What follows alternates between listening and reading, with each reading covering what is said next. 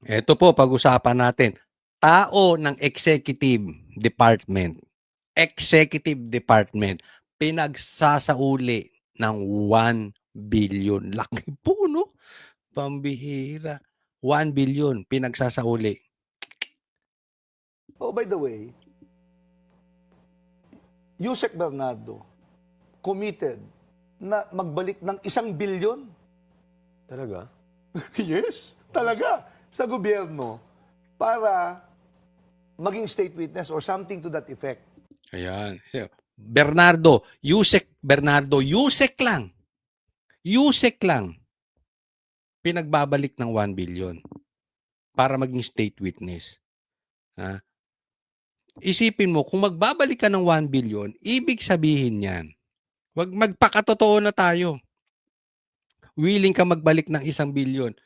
Wag diretsahin na natin. Wag na tayong maglokohan dito. Ibig sabihin yan, mas malaki pa ang nakuha mo. Mas malaki pa kinita mo. Kasi willing ka magbalik ng 1 billion eh. 'Di ba? Wag ka lang gambalain. Gawin ka lang state witness. Tago mo na 'yung nakurakot mo. Yung 1 billion, tago mo na. Tapos mag-state witness ka kasi pag state witness ka, hindi ka na pwedeng idemanda. Ligtas ka na. Naiintindihan? So at least, kung ano man yung naitago mo, hindi natin alam. Baka may naitagong 1 billion yan, 2 billion. Isipin mo, Yusek lang yan.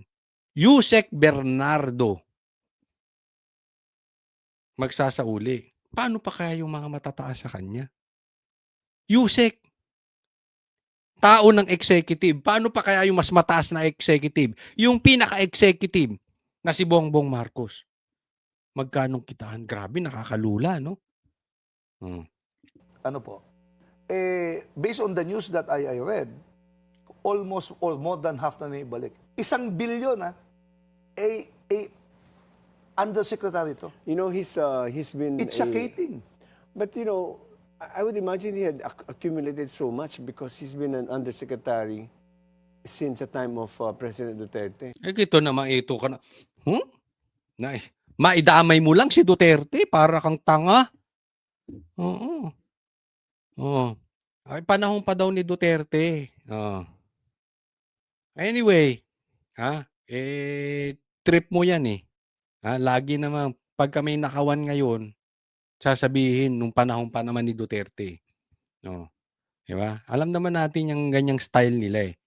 But anyway, for discussion purposes, sige, tanggapin natin. Ibig sabihin, talamak talaga tong Bernardo na ito. Bakit nyo gagawing testigo? Ibig sabihin, dati nang magnanakaw iyan. Matagal nang nakakalusot. Di ba? Ba't nyo palulusutin? Ba't nyo gagawing state witness? All the more na hindi nyo dapat ginawang state witness yan kung matagal na pala. Ang dami nyo makakalkal na records niyan. Mahaba-haba. So, Well, mahaba. actually, sa panahon pa ni President Estrada. Hindi siya. Panahon pa ni Estrada. Kung panahon pa ni Estrada, di tatama din panahon ni Pinoy. Naloko na ang script. Ayaw niyang tanggapin. Hindi. Sige, sagot. He is there eh. Nandun lang siya eh. Oh, he's there. Alam ko nung panahon ni Babe Singson, Yes, Pinoy. ni-request siya ni Erap Yes. to go to the city of Manila. Yes, parang Nandun siya. tinabi. Panahon ni Pinoy. Panahon pa ni Pinoy. Tapos nabalik or I something to that I effect. asked Babe Singson, was there any hanky-panky during that time? Wala. They just requested kunin si Bernardo to city of Manila. Pero Matagal na pala, no? Matagal na si Bernardo. Grabe. Kaya, alam mo, meron ako nadidinig. Ako'y tanong lang, may katotohanan ba to, Bernardo? Sabi nga, ang dami mo raw bahay. Tapos, ang dami mo pa raw kinakasama. Hindi, sabi ko nga, ayoko nang pakialaman yung mga personal mo. Kung marami kang kinakasama, siguro naman yung kinakasama mo, babae. Pero madami daw eh. O syempre, kung marami kang binabahay, marami kang kinakasama, naku. Anyway, doon na lang tayo sa Oo. Doon sa isipin mo, undersecretary ka ng gobyerno tapos ikaw yung ganyan. Paano mo pagkakatiwalaan yung mga ituturo niyan? 'Di ba? Eh, selective memory nga sabi nung justice, eh, 'di ba? Hmm. Pero siya yung parang sinasabing arkitekto nitong whole flood control. And one of those architects daw, I don't know if that's correct, if my understanding is correct. But he played a crucial role there. Ako, I don't believe he can do it alone. Eh. Of course, You obviously. know, parang sindikato eh. Working together and involving other agencies for that matter. Yun. Tama yung sinabi. Ako, naniniwala ako na arkitekto po ito si Bernardo. I agree with you. Pero dagdagan ko, hindi lang arkitekto to si Bernardo. Isa po ito sa mastermind. No? Pero, tama rin na meron pang mas mga matataas sa kanya. Diyan sa executive department, na tama yung sinasabi na sindikato yan. Kaya nga magtuturo yan eh. Yung mga ituturo ni Bernardo, kaya na itinuturo si Bong Revilla, hindi ako naniniwala dyan. Alam naman natin na tatamaan talaga si Bernardo dahil kalaban sa politika sa Cavite, and at the same time, kaibigan niya ni BP Sara. No? Pero nandiyan po sa executive department yan. Ang problema dyan, yung mga matataas sa kanya. Siya lang ang pinagalaw. Next po. Ito po, magandang balita ito at ito po yung inaantay ng mga Pilipino. Sana lang po ay hindi ito mapolitika na naman. Ha? Dapat siguro magkusang loob na si Bongbong Marcos. Huwag niya nang takbuhan ito. Ang tagal niya nang tinatakbuhan ito eh. Even before the election, binablog ko na yan, Bongbong Marcos, hindi mo matatakbuhan itong issue na to. Susuwagin ka niyan kasi maghahanap ang taong bayan ng katotohanan. Ito na po yung inaantay ninyo. Malapit na. Suportado ng nakararaming Pilipino ang inihaing petisyon sa kataas-taasang hukuman na humihiling na sumailalim sa physical at medical examination si Pangulong Marcos Jr. at isa publiko ang medical report nito. Madeline Ulitin ko isa publiko ang medical records. At hindi lang yon, pati drug test. Villar Moratillo sa balita. Dapat. Siyempre, para malaman ng mamamayan. Oo, tama yun. Kailangan malaman ng publiko. Kahit naman sinong presidente dati pa eh. Kung anong kalagayan ng presidente, dapat malalaman ng taong bayan yun eh. Itong iginiit ng ilan nating kababayan na nakausap ng Net25 News team patungkol sa petisyon sa Korte Suprema na humihiling na atasan nito si Pangulong Ferdinand Marcos Jr. na sumailalim sa physical examination. Sa petisyong inihain ni dating House Speaker Pantaleon Alvarez, iginiit nito na ang kalusugan at well-being ng Pangulo ay matter of public concern at dapat isa publiko. Bukod sa physical exam, hiniling rin na magpasailalim ang Pangulo sa hair follicle test para malaman kung gumagamit ba ito ng illegal na droga. Yun. Bongbong Marcos, sana naman. Huwag na naman yung ipakita mo yung sa St. Luke's tapos na. Hindi ko po pinagbibintangan ng St. Luke's na fake news. Kaya lang, naglabas sila tapos na. Diba? Sana, magtawag ka ng media. Pag naglabas ka ng medical records, pa-interview mo rin yung naglabas na doktor na ito ay legit. And at the same time, pag nagpa-drug test ka, magsama ka ng media. Eto, dito ako magpapa-drug test. Dito sa ospital na ito, dito sa PIDEA na to, hair follicle test. Eto, bubunutin ko mismo. Ibibigay ko kay doktor kwek-kwek. I-examine nyo yan. Walang lusot. Ang punto rito ng Korte Suprema ay maalis ang pagdududa ng taong bayan. Hindi para lusutan. Naiintindihan? Kasi kung dadayain nyo lang or gagawin nyo lang yung drug test ng hindi convincing, walang purpose. Ang pinaka-purpose, maalis yung duda at manumbalik ang tiwala sa'yo. Hindi babalik ang tiwala ng taong bayan sa'yo. Remember this, mawawala ang mandato mo pag wala ang tiwala ng taong bayan. It's just a matter of time. Yaan Pag yan, napatunayan mo na hair follicle test, live, maniniwala ang taong bayan sa'yo. Ano kayang palagay rito ng publiko? Para sa kanya din yun eh. Kung nagsisinungaling ba siya o hindi, totoo sinabi niya nga wala siyang bisyo, ganyan. Oo, kung kailangan talaga niya magpa-test para malaman din ng taong bayan kung totoo ba talaga o hindi. Siguro sir, para mas okay po yung sa mga tao. Una Kasi, alam mo, hindi naman kailangan, pinahihirapan pa. Diba? Halimbawa ako, di ba? Ako ay isang, halimbawa, senador. At duda ang taong bayan na ako'y gumagamit ng pinagbabawal na gamot. Eh di kasino ba namang sabihin ko, sige, i-live natin. Di ba? Ang dali ko, sige, gusto mo 3 times a day, ay 3 times a week, magpa-drug test ako. Diba? Ang dali naman eh. Bongbong naman, nagtataka ako sa iyo. Bakit tago ka ng tago sa drug test? Kailangan mo pa ang Korte Suprema.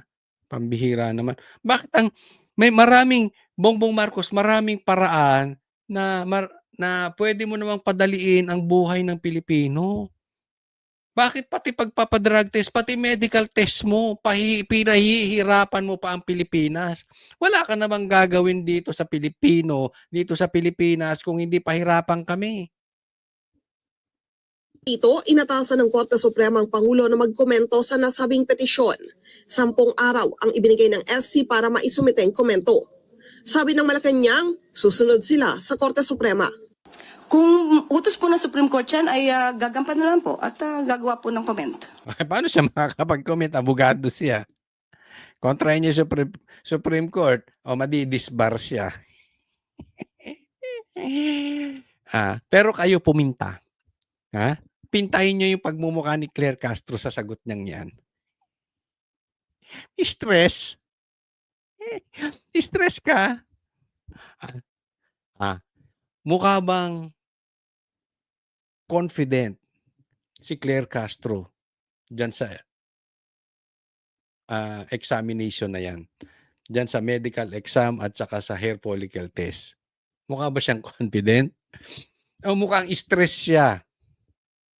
Hindi yung sinabi niya na gagawin nila. Yung kanyang demeanor. Mukha bang gusto niya? Mukhang ayaw niya. Dito pa lang nilalaglag niya na si Bongbong Marcos eh. Parang isip-isip. Ako ang dating sa akin, pambira, yari na tayo dito. Yari na kami rito. Malaking problema to. Paano na namang lulusutan? Diba? Yung ganyang mukha di ba? Mukha ba siyang masaya? Naubusan na siya ng palusot. Ay, nakang hirap magtanggol, no? Sa palpak na amo. Gagawa po ng comment. Madeline Villar Moratillo para sa Mata. Yan. So, good luck sa iyo, Bongbong Marcos, at sana i-live mo. Huwag mong taguan at lusutan ang batas. Next po. Pag-usapan natin bahagya ito kasi gusto ko lang matawa kayo. Tingnan niyo po kung gaano kadesperada to si Risa yung Tiberos. Kulang na lang ilako ang sarili.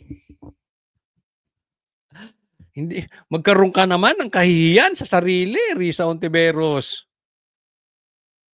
Ilang beses ko namang sinabi na bukas at willing ako gawin yung tungkuling iyon. So right now, seryosong pinaghahandaan at kinoconsider yung possibility na yon.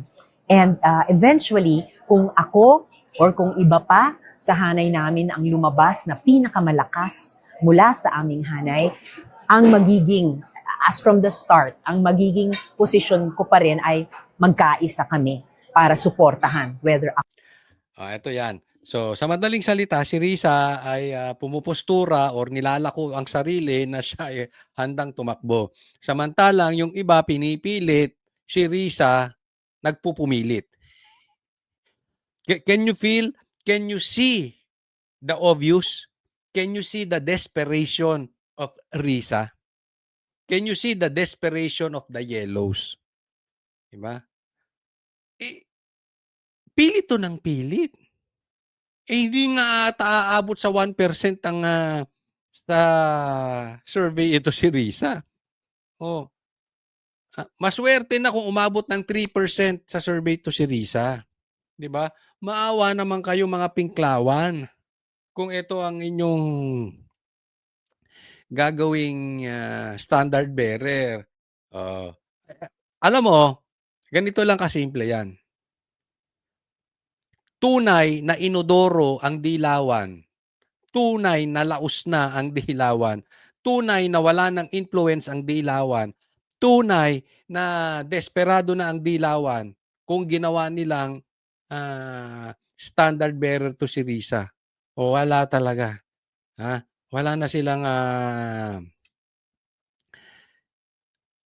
pag-asa. Kaya pag ito naging standard bearer nyo, ay asahan ninyo si Trillanes alis na nagbansa. Walang pa walang panalo 'to, malayo sa kalingkingan. Wala kasi na-discover na ng tao 'to, eh. Ako nga baka sa tingin ko barangay captain hindi na 'to manalo. Malabo na 'to, malabo. Ako o iba pa mula sa hanay namin. Basta't kung sino ang pinakamalakas na maaring mag-contend from our ranks. Wala na si former Vice President Benito ano na siya, for re-election na siya doon sa Naga. So, aside from you, may mga nag-apply na sa'yo for senatorial time or presidential. Wala pa namang nag-a-apply pero actually May nag-apply na sa senador. Kasi ayaw na ni Lenny. Hindi nagsabi na siya hindi siya may nag-apply na siya sa senador. Naawa ako dito kay Risa, nagmumukhang tanga. Wag niyo nang gawing masyadong mukhang tanga. mula nung 2022, nung pinaghandaan namin yung midterms last year at mula last year na pinaghahandaan ang general elections, patuloy naman akong kumakausap sa mga kasama sa reform, opposition, modernizing forces na magbuo ng Senate slate sa midterms at magbuo ng complete slate para sa general elections. Ang gulo-gulo nito, tinatawag niya yung opposition. Paano kayo magiging opposition? Gusto nyong makipagsabwatan sa gobyerno. 'Di ba? Doon pa lang sa word na opposition ay dapat iba kayo sa gagawing partido or patatakbuhin ng gobyerno. Ang gusto mo, magkaroon kayo ng gobyerno ng pagkakaisa. Paano kayo naging oposisyon? Meron pa kayong tinatawag na modern reforms. Ganun din yun. Kayo-kayo lang din yun. Ang accurate na pangalan nyo kain suka. Modern reforms, So patuloy yung ganyang mga pag-uusap, ganyang pag-iimbita na magbuo kami ng buong slate at magkaisa kami para doon. Possibility na i-adapt din ng administration. I cannot speak for the administration. At first things first, ang unang tungkulin namin ay ayusin ang sarili namin, ang aming bakuran, so that any other groups na maaring lumapit, if they do, they would find us timely, ready, strong. Hindi pa rin kayo mananalo. 'Di ba? So, yun naman ang plano nila. Isa lang ang patatakbuhin para one-on-one lang lamang kay Sara. Naduwag na si Lenny, alam niya hindi siya mananalo eh. Siyempre, kung ikaw ay may pinanghahawakang pangalan at alam mong talagang malakas ka, like halimbawa si Lenny, malapit yung porsyento niya siya yung pinakamalakas na pwedeng kumalaban kay Sara eh. So, medyo yung porsyento nila ay hindi ganong masyadong malayo. Although malayo, pero hindi ganong kalayo. Sa katulad ni Risa, ito talagang tatambakan to. So malayo. Siyempre, gugustuhin nitong tumakbo kasi wala namang masisira sa kanya dahil in the first place, wala siyang pag-asa manalo. Kailangan na lang niyang kumita. Pero pag tumakbo ka, kikita ka eh. may support ka ng partido mo, may support ka ng mga negosyante. So in short, matalo o manalo, panalo ka risa. Sa pera. Oo. Pero sa pagtakbo, malabo. So malalaman natin kung gaano kalaos ang dilaw. Ito po muna ang ating pag-usapan. Alam nyo, ito si Bongbong Marcos, 'di ba? Ang sabi nga dito nila PRRD, spoiled. Bratty. Laki sa layaw eh. Laki sa layaw, Jeprox. Alam niyo yung kantang yun, pero ito may katunayan kay Bongbong Marcos. Si Bongbong Marcos, maliit ang tingin sa atin. Maliit ang tingin sa atin, nagmamayabang pa, maliit ang tingin sa Pilipino. Kita nyo naman di ba? Syempre, mata pobre yan. New Yorker yan eh. Di ba? New Yorker yan. Sige. So, tingnan nyo po itong video na ito at kayo na po humusga kung paano tayo minamaliit ni Bongbong Marcos. Tingnan po natin. Nakausap po mismo natin ang Pangulo ngayong araw. At ano sabi? sinabi niya na disappointed siya. Dahil malapit na sana natin na pauwi si Zaldico. But since meron nga pong ibang bansang involved, at ang lumalabas lamang po na kanyang na-violate ay ang paggamit ng invalid documentation. So, ang bansang Czech Republic po ang siyang mag-uutos kung anong gagawin kay Zaldico. Yo! Sabi nga ni JB Hersito, nahuli di umano sa Czech Republic. Yun lang, yung pala nag-check-in lang. Czech Republic, nag-check-in, nag-check-out din. Pambihira, no? Nakakahiya yung gobyerno ni Bongbong Marcos, nahuli daw. Pero hindi maiuwi. 'Di ba? Hindi raw pwedeng maaresto. Ano ba talaga ang gulo-gulo? 'Di ba? So walang nangyari. Sa madaling salita, fake news peddler. Oo, fake news peddler si Bongbong Marcos. Kahit anong ikot-ikutin nyo, kahit itanong nyo sa abogado hindi yung abogadong yung matabang bakla, wag doon. Wag yung mga abogadong nakakatanggap ng maleta o may inaasahang posisyon kay Bongbong Marcos. Doon sa abogadong neutral. Walang magsasabi sa inyo na yung nahuli ay hindi naaresto. Diyan tayo niloloko. Pero sa madaling salita, hindi mapapauwi si Bongbong Marcos. Ay si Zaldico ni Bongbong Marcos. Palpak. Ang aga nagmayabang. Eto ang tanong. Ito ang malupit na tanong kay Bongbong Marcos. Tingnan po ninyo ang sagot. Batid din po siguro ng Pangulo na hindi lamang siyang dismayado, kundi marami sa mga Pilipino ang umasa. Ako rin, umasa ako. Paasa ka pala, Bongbong Marcos paasa ka si Claire, tinan nyo punahin nyo si Claire, parang mainit ang ulo. Siyempre. Ipagtanggol mo ba naman yung boss mong gunggong? Yung ganyang kagunggong na boss mo, yung naku. May kinukwento kasi sa akin dati na pag naging boss niya daw itong si Bongbong Marcos, ang hirap daw talaga ipagtanggol. Tanggol ka ng tanggol, kalat naman ng kalat. Sige. May kita nyo naman kay Claire, di ba? Mainit ang ulo. Sige. Sa kanya nang galing ang anunsyo. Doesn't the President feel compelled to issue an apology over the announcement that he made himself? Balik ko ang tanong. Saan po siya dapat mag-apologize? Ay, ang taray!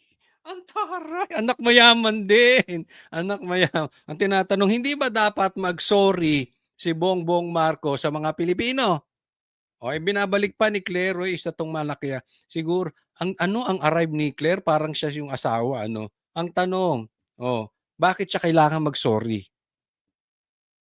Siyempre, nag-announce yung presidente ng nahuli. Anong ibig sabihin? Umaasa ang mga Pilipino maibabalik si Zaldico. Yun naman pala, hindi. Di fake news. Ba't ka nag-announce? Kasi sa madaling salita, hindi nga naman trabaho ng presidente mag-announce. Ano ba siya? Reporter? Vlogger? TikToker? Kasi pagka kala mo maipagmamalaki niya, announce ng announce, pero pagdating sa drug test, ang kupad. Di ba? Nasunog eh. Sunog si Bongbong Marcos. Ano ba? Kayo tanungin ko, dapat ba mag-apologize? Dapat ba mag-sorry si Bongbong Marcos? For at the very least, raising expectations that Zaldico will be made to answer to the Filipino people. Lahat naman po tayo ay umasa. Lahat naman po na dapat gawin ay ginawa ng Pangulo at ng administrasyon. Ang kanyang inireport naman po ay tama. So sa madaling salita, ang punto ni Claire, umasa kayo. Ang Pangulo din umasa. At ginawa naman niya yung kailangan niyang gawin. So hindi niya kailangan mag-sorry. Ay, mayabang. Laki sa layaw. Jeprox. Laki sa layaw si Bongbong. Spoiled brat talaga. Di ba? Kung ganyan ang attitude ng presidente, etong problema natin sa Pilipinas. Seriously, this is the problem of the Philippines. Hanggang ngayon, wala akong makita na posibleng merong katangian na ito. We need leaders.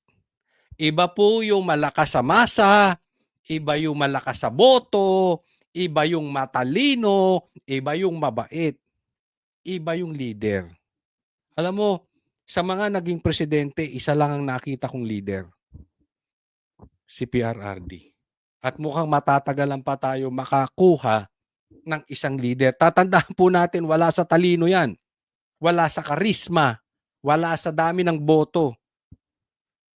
Etong si Bongbong Marcos hindi leader. Kasi ang leader marunong mag-sorry. Ano ka, Bongbong? Perpekto? Di ba? Ang tingin ni Bongbong sa sarili niya na napakataas, kayo mga Pilipino ang baba, ba't ako magsosorry sa inyo? Ginawa ko naman ang kailangan kong gawin. Umasa din ako. Di ba? Si Bongbong is not a leader. He is not even competent to become a barangay tanod. Wala talaga. Walang-wala. Yan ang malaking problema natin. So, wala po tayong nakikita na maaaring sabihing pagkakamali ng Pangulo dahil hindi po ito tinulugan ng Pangulo. Pero since ipinatatawag po niya ang ambassador ng Czech Republic at ng France para malaman kaninyo kung ano ang mga Galit na siya. Napapakamot. Ay, ang tigas ng ulo mo. Hindi ka ba nabigyan ng maleta? Parang gano'n. Tigas ng mga... Oo. pwedeng nagawa sana, is that an admission that something went wrong somewhere?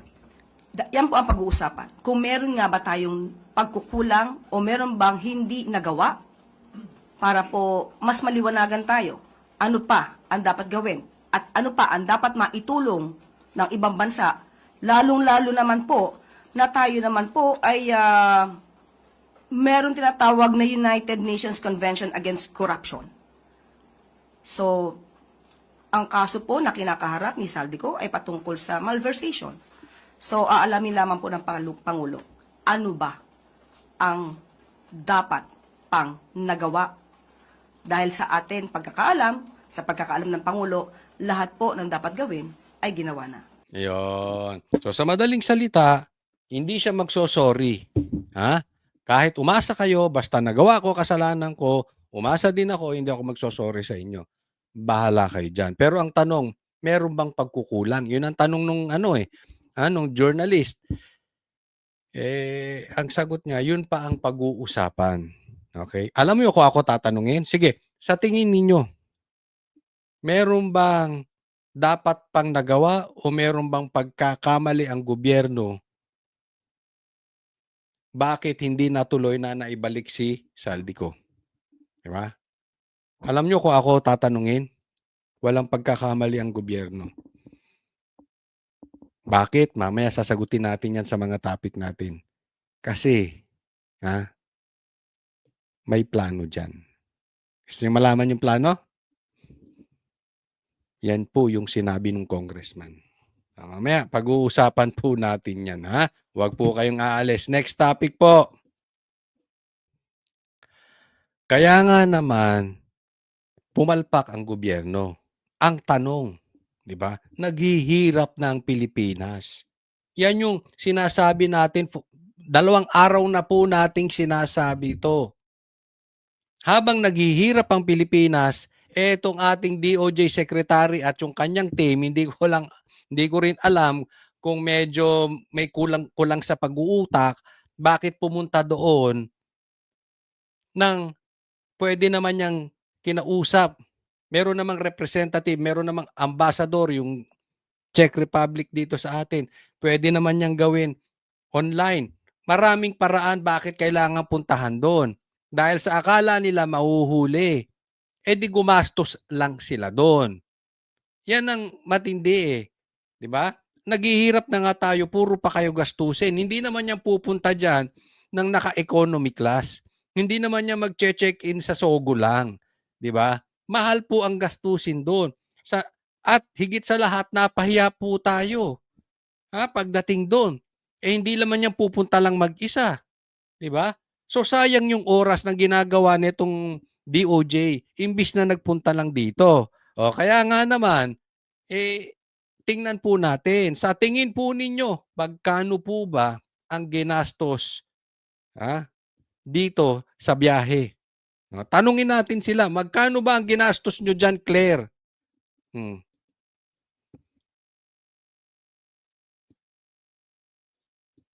Uli. Hindi naman po nagpunta doon ang ating mga opisyal para magbakasyon. Pinunta po nila doon ay trabaho. There are calls na ilabas ng palasyo ang total costing ng pagpunta ng Prague ng government team sa Prague. Is the palace inclined to do this? Para lang kasi ang sinasabi is wala naman daw nangyari at dahil hindi naman naiuwi si Saldico. Ayan, walang napala ang Pilipinas dyan sa pagpunta nila dyan. Puro kayo isang katutak, 1,000, isang tanga kayo dyan nagpunta. Nagsayang kayo ng pera, magkano ang ginastos? Yun ang tanong. Tingnan nyo po ang reaction ni Claire. Tingnan nyo po ang reaction ng tagapagsalita ng Malacanang. Sa madaling salita, ang salita nito si Claire yan ang salita ni Bongbong Marcos. Magkano ginastos nyo, Bongbong Marcos? Sagot. Hindi naman po nagpunta doon ang ating mga opisyal para magbakasyon. Magkano nga ang ginastos? Hindi ko naman sinabi ron para magpunta ron kung nagbakasyon o nagsirkus sila doon, kung kumain ng popcorn o bumili ng tubig or kung ano man pinaggagawa o nag-cocaine sila doon. Hindi naman po yun ang usapan. Hindi naman po yun ang tanong. Ang tanong magkano ginastos, hindi kung nagtrabaho sila doon o hindi. Given na yun, nagpunta ba't ka naman pupunta ron? Di ba? Ng bakasyon pa. Ito naman si Claire, hindi ko naman alam, parang tanga eh. Parang hindi abogado sumagot. Pinunta po nila doon ay trabaho para po sa kondisyon at kalagayan ni Saldico. Kung ano man po ang nagastos dito, ito po ay trabaho ng gobyerno, maaari po itong makita sa COA. Ba't di mo na lang sabihin? Di ba? Simple lang eh. Mainit ang ulo mo, Claire. Ako'y magtatanong lang medyo personal. Meron ka ba? Parang meron ka. Oo. Di ba? Paano ka? Nag-away ba kayo ng boyfriend mo? Meron ka ba? O hindi ko alam kung ano eh. Ayoko baka madamay pa kung sino kasi pero may anyway, ba't hindi mo sabihin kung magkano nagastos? Wala bang karapatan ng mga Pilipino para kasi pera naman ng mga Pilipino yan. Nga, buti nga kayo sa sarap ng buhay ninyo. Pilipinas halos hindi nyo mapagbigyan yung maalis yung VAT, biyahe pa kayo ng biyahe. Di ba? Hindi nyo mapagbigyan yung mga drivers natin, ng mga jeepney drivers sa kanilang mga hiling. Tapos kayo biyahe ng biyahe, wala namang silbi yung biyahe ninyo. Tapos magtatanong lang ng gastusin, hindi nyo masagot. Hirap sa'yo, Claire nako. Pero gusto nyo malaman. Eto po. Eto po. Bakit? Or sa tingin ninyo, nagkamali ba ang gobyerno May kulang ba ang gobyerno kaya hindi napauwi si Saldico? Eto na. Tingnan po natin at bigyan natin ng komentaryo itong interview. Na-interview din namin to si Kong Erice at marami siyang sinabi na talaga namang itong nangyaring nakawan, ngayon lang nangyari. Sa katunayan, pati yung ilalagay mo, yung pag-iyak nung kanilang testigo ay gusto pang ilagay sa record, ngayon lang nangyari. Maraming kakaiba tong gobyerno na ito. Pero ito, meron siyang ibinulgar. Pakinggan po natin.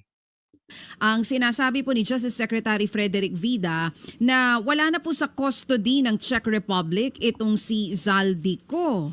Hindi rin daw po sigurado kung nasaan ngayon ang exact location po niya. Ano pong reaction niyo dito? Hindi ko po alam kung ano pong ginagawa ni Secretary Vida sa Czech Republic.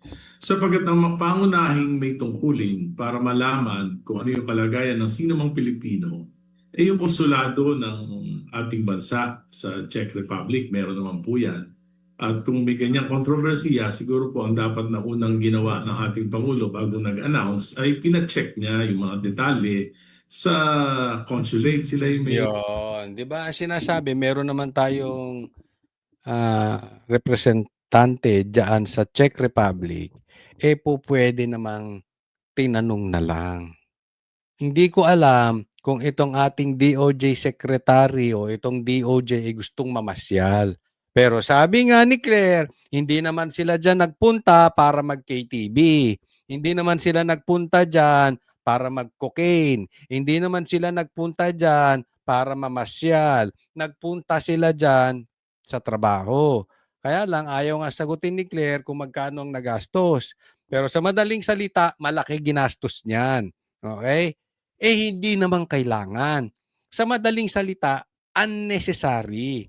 Sa ating mahirap na bansa, katulad ng Pilipinas, na tinamaan pa ng krisis, mahirap na nga, may krisis na, mamamasyal pa kayo dyan.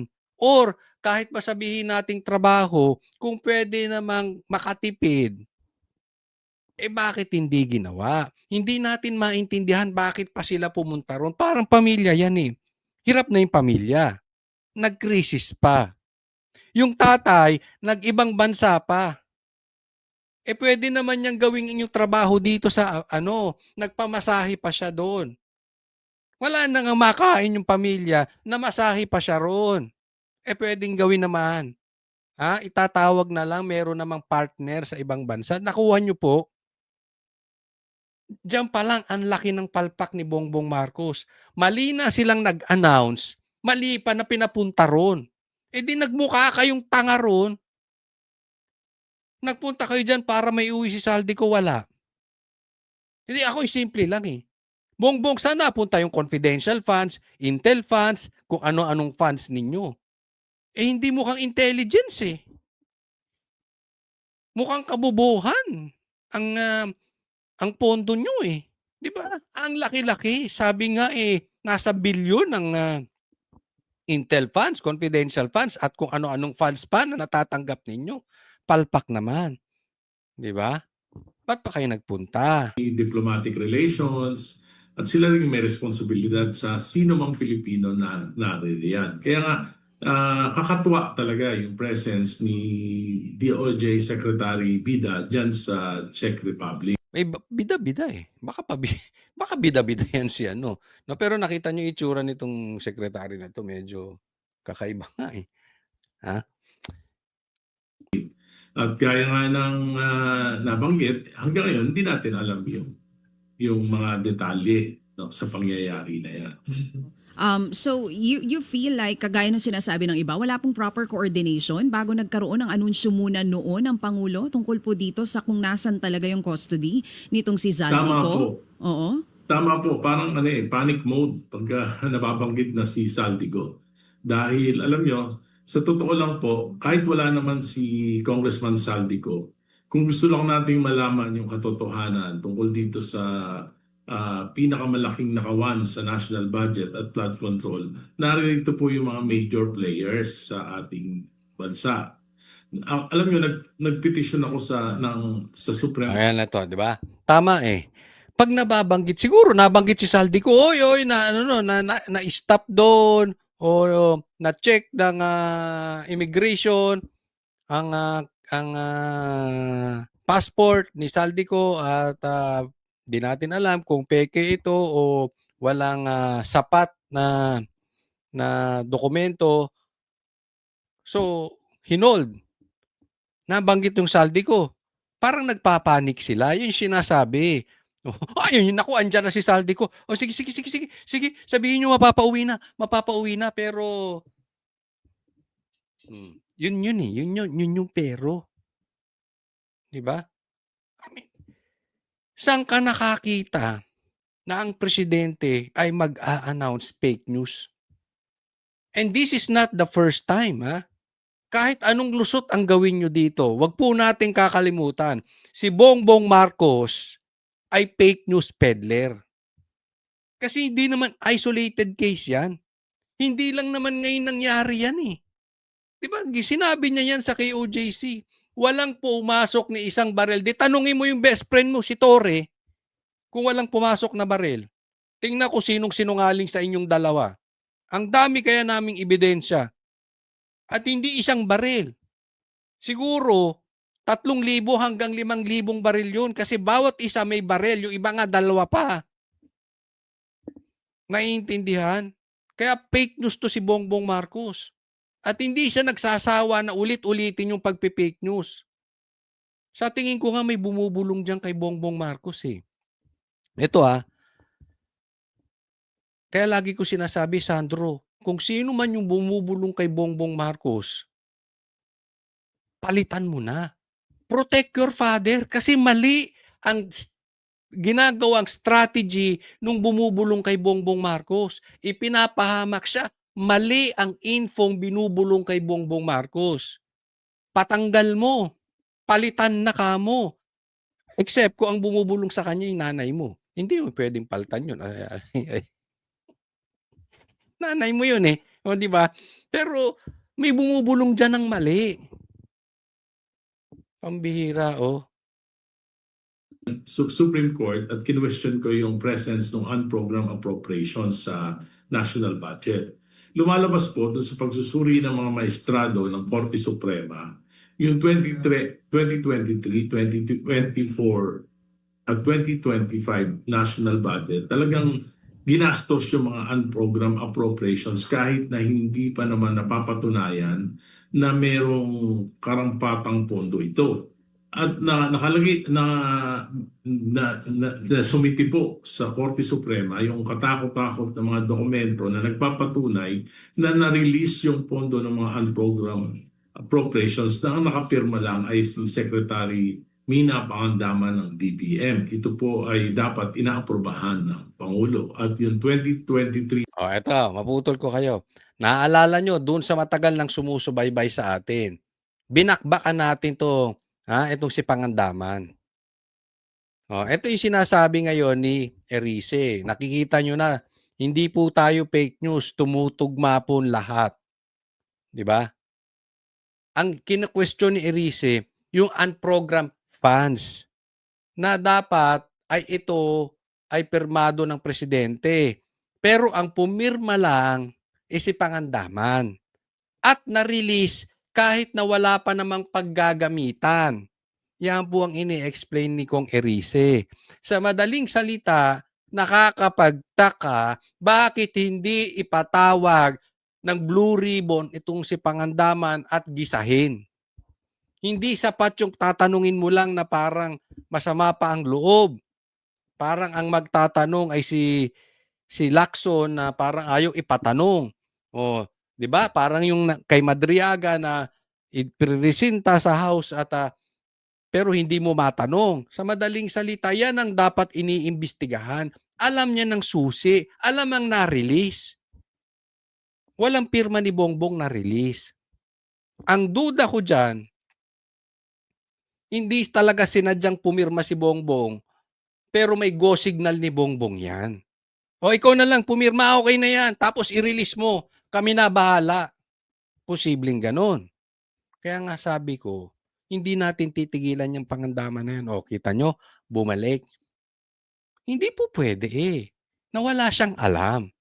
Kung wala siyang kasalanan dahil naipit siya sa sitwasyon, which I really don't believe. But for discussion purposes, kahit wala siyang kasalanan, may alam yan. At 2024 national budget po, wala pong approval ang Pangulo na ilabas.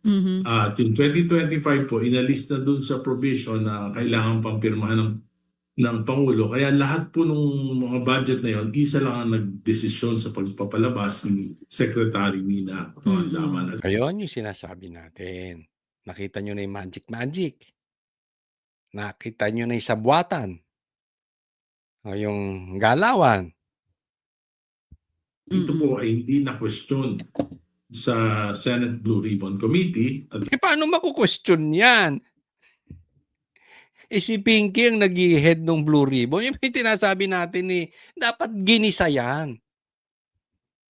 Kaya itong si Lacson, wala talagang plano yan.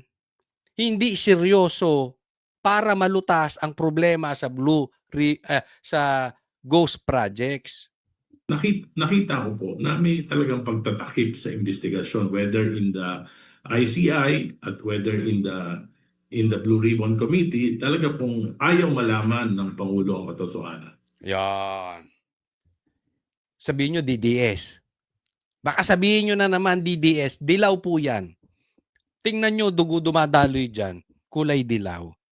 Para nga may hepa. Joke lang po, Kong. Di ba? Hindi DDS yan. Pero I agree with him. Hindi naman tayo kailangan magkakaparehas sa kulay Huwag ka lang bulag. Huwag ka lang himod puwet. Pag hindi ka naman hinog puwet, makikita mo yung totoo Si Bongbong Marcos, ayaw talaga malutas yung problema na yan. Ulitin natin yung sinabi, ha? Blue Ribbon Committee. At nakita ko po na may talagang pagtatakip sa investigasyon, whether in the ICI at whether in the Blue Ribbon Committee. Talaga pong ayaw malaman ng Pangulo ang katotohanan. Yan. May pagtatakip sa ICI o sa Blue Ribbon at ayaw may pagtatakip at ayaw malaman talaga ng Pangulo ang katotohanan. And I totally agree with that. Bakit? Kasi siya ang mastermind. Bubuelta sa kanya Kung gusto naman ni Lacson, kung gusto naman tingnan nyo sa Congress, inasnap, hininto agad-agad yung investigasyon sa ghost projects. Kaya lang sa Senado, mapalag sila Marcoleta. Pero, mas marami atang maleta si Lacson, hindi natin alam. Pumapalag din si Lacson. Kaya hindi matuloy-tuloy. Hindi katulad sa Congress na talagang parang nawalang, parang bula yung investigasyon. Sa Senado, hindi, medyo pumapalag pa di ba? Ano po ulit? Ayaw malaman Ng Pangulo ang katotohanan. Ayaw malaman ng Pangulo ang katotohanan. Uulitin ko. Ayaw malaman ni Bongbong Marcos, yung presidente nyo, ang katotohanan sa nakawan sa Blue Ribbon, sa ghost project, sa flood control scandal. Kumbaga, hindi na-inform ang Pangulo sa kung ano talaga yung nangyari? Yun po ba yung gusto niyo Kaya ipakahulugan nga doon? po, I doubt it that if they are really sincere in finding Saldico, Congressman Saldico. You're doubting if they are sincere in finding Zaldico. Sino po ang hindi Yes. sincero sa paghahanap kay Zaldico? The government. Yan, simple, di ba? Okay. Ano ibig sabihin? Hindi sincero ang ang administrasyon o si Bongbong Marcos hindi seryoso sa paghahanap kay Saldico. Sa madaling salita, kung hindi ka seryoso sa paghahanap kay Saldico, hindi ka rin seryosong mapauwi yan. Kaya naniniwala ako, yung nangyari doon, kunwari lang gusto nilang mapauwi. Natimbre nila na na-stop. No? So pinapunta na ron, hindi natin alam kung ang pinunta doon nila bida ay talagang mapauwi si Saldico o para makausap si Saldico o makausap doon at palayasin na. maglaho ka ng parang bula, Saldico. Hindi po galing sa akin yan, ha? Galing kay Kong Erice. Pero ako naniniwala, hindi talaga seryoso si Bongbong Marcos. Kaya sasagutin ko yung tanong kanina. Meron bang pagkukulang ang pamahalaan kaya hindi napauwi si Saldico? Wala po silang pagkukulang. Yun po ang gusto ng Pangulo. Di umano. Yan yung sinabi ni Erice.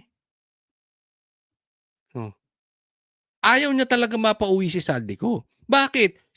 Pag napauwi yan si Saldico, magtuturo yan.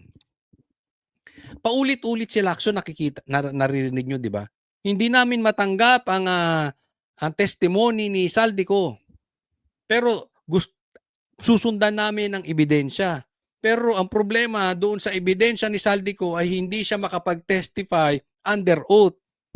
So ayaw nilang pauwiin yan kasi pag nag-testify yan under oath, 1,000% ituturo si Bongbong Marcos. Huwag na tayo maglokohan. Tuturo niya yan. So hindi sila seryoso pag-uuwi dyan. Kasi kung seryoso sila, bakit hindi willing yung 18 Marines magpa-imbestiga sa Blue Ribbon under oath? Ba't ayaw ipatawag? Tapos ang gustong mag-under oath, yung ayaw umuwi. Nakikita nyo na? So sa madaling salita, binubudol na naman tayo ni Bongbong Marcos. Kunwari gustong mapauwi. O kunwari pinuntahan pa ron. Baka nga iba ang ginawa nila, hindi natin maasabi ha. Hindi po sa nagbibintang. Ang ano dyan, posibilidad. May posibilidad. Baka mamaya pagdating doon, kinausap tayo, sige, umalis ka na, huwag ka nang papakita ulit. Ikot ka ng ikot. Di ba? Galing naman kay Saldico eh. Sinabihan siya, wag munang uuwi eh, di ba? At yan, nagkukonek-connect ng lahat. Eto po, tingnan natin itong balita na may patungkol dito. Pakinggan naman natin itong side nitong si Secretary Bida. Baka sabihin tinitingnan lang natin yung ibang side. So, tingnan muna natin. Bakit nagkaloko-loko yung pagpunta nila dyan? Tingnan natin kung anong palusot na naman ang gagawin or kayo nang humusga kung talaga namang ginawa nila ang dapat gawin. I have to share difficult news, mga kababayan. Czech authorities have informed us that Mr. Saldico is no longer in their custody. Yan ang Iyo, nadali na.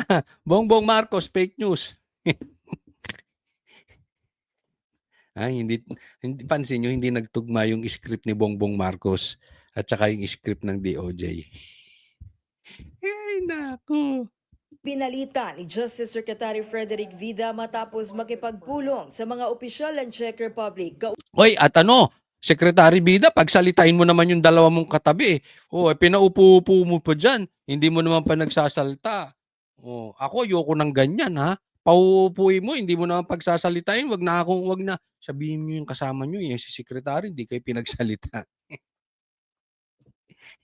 Ugnay ng pagkakahuli kay dating Congressman Zaldico. Ayon kay Vida, pinalaya ng Czech authorities si Co matapos mahuli dahil sa kakulangan ng travel documents. Matipid din daw ang sagot ng mga opisyal ng Czech Republic nang tanungin nila kung bakit pinalaya ang dating kongresista at kung kailan siya nakaalis ng bansa. Nang dumating daw ang DOJ doon noong Biyernes, ang alam daw ni Vida ay nasa kustodiya pa ng Czech Republic si Co. We asked for that reason. They reiterated that he is no longer within the territory of the Czech Republic. Yun. So sa madaling salita, ginawang tanga ng Czech Republic ang DOJ ng Pilipinas. Kasi ina-expect nila na pagdating nila doon, nandoon pa.